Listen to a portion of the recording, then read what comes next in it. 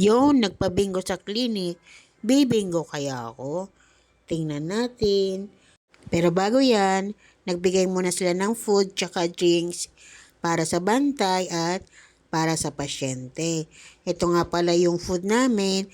May kanin, pansit, tapos adobo, tsaka 2 slices ng apple. At bago matapos ang dialysis, binigyan din kami ng gift. Back to bingo tayo.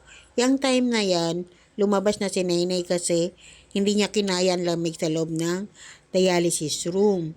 Kaya, 2 cards na ang hawak ko. Kita mo yan, isang number na lang yung kulang doon sa blue na card.